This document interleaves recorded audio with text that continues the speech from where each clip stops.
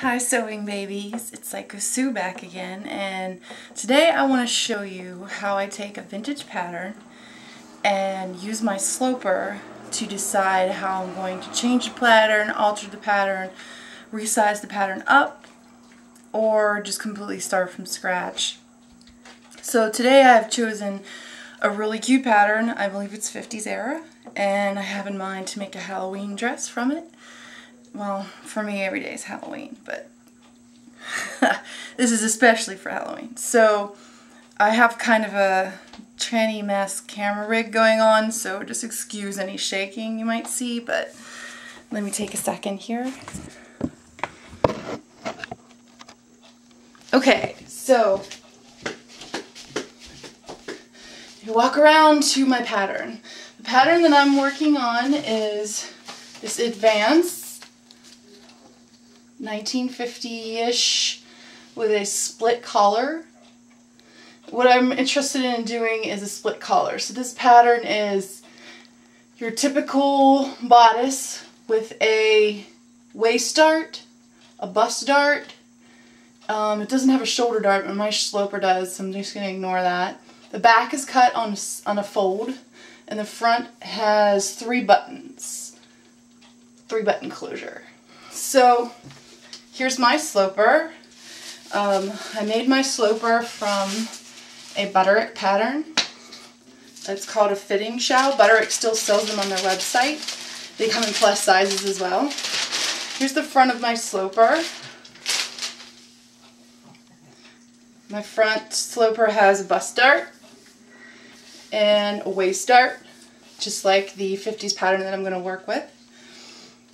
I marked the center front line on my sloper because I know in my pattern that I'm copying from the 50s it has a button front closure, so I know I need to add a strip along here to account for the extra room you need for the overlap. Here's my back sloper. Back sloper, it has a shoulder dart, which I'm leaving in. The 1950s copy pattern does not have a shoulder dart, but I'm leaving mine in because I like the way it fits over my shoulders. They're kind of round. And a waist dart.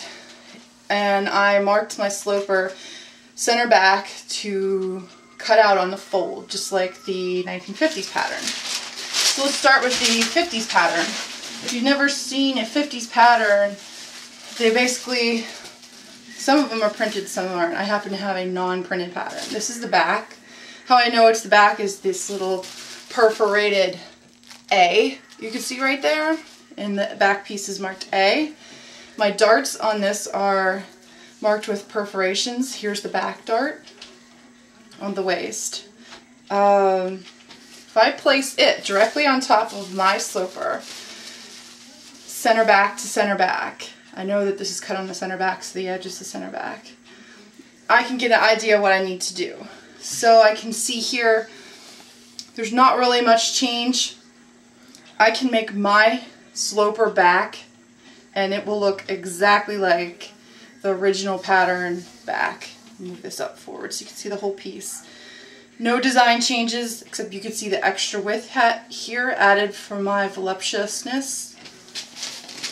So center back, or back piece, no real change. So I'm going to make it just like this. Push that out of the way for a minute. The front, there's going to be a design change for the neck. My basic sloper is just designed with a tight-fitted neck right here. If I lay my 50s pattern on top, I see in my 50s pattern I have a dart here, and I have a bust dart here. I'm going to completely ignore them because I'm not going to make those darts. I'm going to make these darts, the ones that are on my sloper. I know that these large perforations, from reading the pattern, are my center fronts. If I line my center fronts up, and if I lined my shoulders up, I could see that I have the basic shape, just supersized for moi. What I do need to change is this collar. You see I have this extra chunk. Here's where my sloper front and center front is, and there's where their center front is. I need to add this chunk over here. It looks like a little bit more than, oh, 1.5 inches looks like they have. That's their overlap for the button. So what I would do, I want the neckline too. I want this collar here because this double collar has 2 pieces. There's one that goes in the back exactly like a regular collar.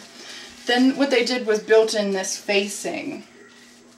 Here's how it faces the front. Your buttons will go down here. This little jaggy part here is meant so this folds out like this. See, that's where you get that very pretty style line from.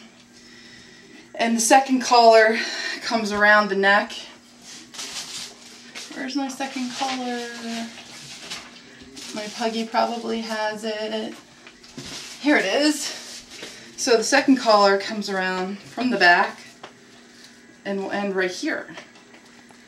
So you could see those are that's the double collar with the split. So what I'm going to do, I know this is just a basic trace of this piece. So I'm going to completely forget about this facing. I'm going to make my own to match my pattern. But I'm going to use the shape. So I take my sloper, I would match up my center fronts with the original, and I'm going to match up my shoulder seam with the original. So there's my center fronts, and there's my shoulder seam. And take your time and line it up correctly.